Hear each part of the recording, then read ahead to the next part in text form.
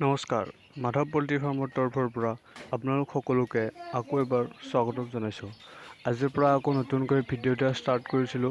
বহুত দিন ভিডিঅ' দিবলৈ পৰা নাছিলোঁ। গতিকে আজিৰ পৰা আকৌ ভিডিঅ' দিবলৈ ষ্টাৰ্ট কৰিছোঁ। আজি আমি কথা পাতিম জাপানীজ কোয়েল বাৰ্ড বা বতা চৰাই, যিটো জাপানীজ কোয়েল জাত। এইটো এটা উন্নত জাতৰ চৰাই, উন্নত জাতৰ এইটো পোৱালি। আজি এই পোৱালিটোৰ বয়স প্ৰায় 5-6 দিনমান হৈছে। চাওক কিমান চঞ্চল ইহঁতৰ। এইটো এটা উন্নত জাতৰ চৰাই। কিছুমান লোকেল হেচিং থাকে, এই চৰাইবিলাক সৰু সৰু, ইমান উন্নত জাতৰ নহয়। আমাৰ এইটো অৰিজিনেল জাত।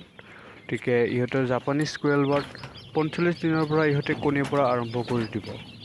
গতিকে ইহঁতৰ 40 to 45 ডেজৰ ভিতৰত ইহঁতে কণীৰ পৰা আৰম্ভ কৰি দিব। আৰু অতি গুৰুত্বপূৰ্ণ কথা এইটো যে ইহঁতে প্ৰায় একেৰাহে 18 মাহ ধৰি ইহঁতে কণী দি থাকে।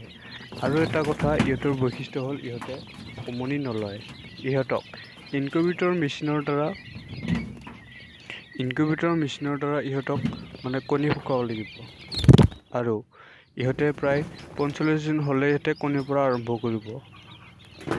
আৰু এইখিনি চৰাই চাওক আপোনালোকে কিমান চঞ্চল, দৌৰা দৌৰি কৰি আছে। আৰু এইটো হৈছে জাপানীজ কোয়েল বাৰ্ডৰ অৰিজিনেল জাত। ইহঁতৰ ওজন 1 মাহত প্ৰায় উন্নত জাতৰটো 300 পৰা 350 গ্ৰাম হয়। আৰু ইহঁতৰ আকাৰ প্ৰায় এইখিনি দেখা পাইছে, আকাৰ প্ৰায় এইখিনি বহুত ডাঙৰ হৈছে। আৰু এইখিনিৰ কোয়েল বাৰ্ড ফাৰ্ম কৰিলে ইহঁতৰ বেনিফিট বহুত আছে। ইহঁতক কম মূলধনৰে আৰম্ভ কৰিব পাৰে। বেছি সময় দিব নালাগে।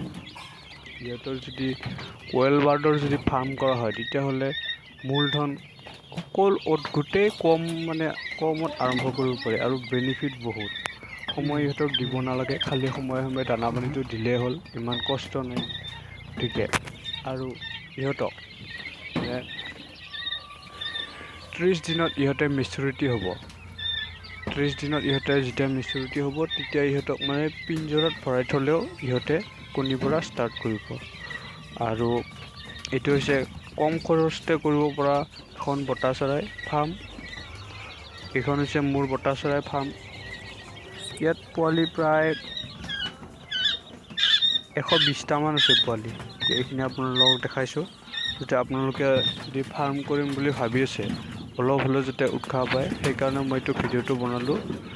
আৰু যদি আপোনালোকক এই বতা চৰাই পোৱালি যদি লাগে, তেতিয়াহ'লে মোৰ লগত কণ্টেক্ট কৰিব। মই যিমান পাৰোঁ আপোনালোকক দিবলৈ চেষ্টা কৰি থাকিম। গতিকে আৰু আপোনালোকে কম বয়সত এইটো পিঞ্জৰাত নভৰাব। কম বয়সত পিঞ্জৰাত ভৰালে ইহঁতৰ বহুতো বেমাৰ লাগি যায়। পাৰিলে ইহঁতক ফ্ল'ৰত ৰাখিব চেষ্টা কৰিব। গতিকে এটা উন্নত জাতৰ চৰাই, যিহেতু 45 দিনতে কণীৰ পৰা আৰম্ভ কৰে। কোনো চৰাই 45 দিনত কণীৰ পৰা আৰম্ভ নকৰে। আৰু বৰ্তমান সময়ত বজাৰত চাহিদা বৃদ্ধি পোৱা এটা উন্নত জাতৰ চৰাই হ'ল এই বতা চৰাই। এই বতা চৰাইৰ বহুতো ঔষধি গুণ আছে। ইহঁতক খালে বহুতকেইটা বেমাৰ ভাল হয় বুলি ডক্তৰসকলে কয়। সেইটো মই কোৱা কথা নহয়।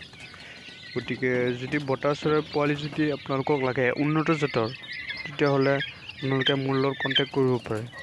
আজিলৈ ভিডিঅ'টোত ইমানেই। নমস্কাৰ, ধন্যবাদ।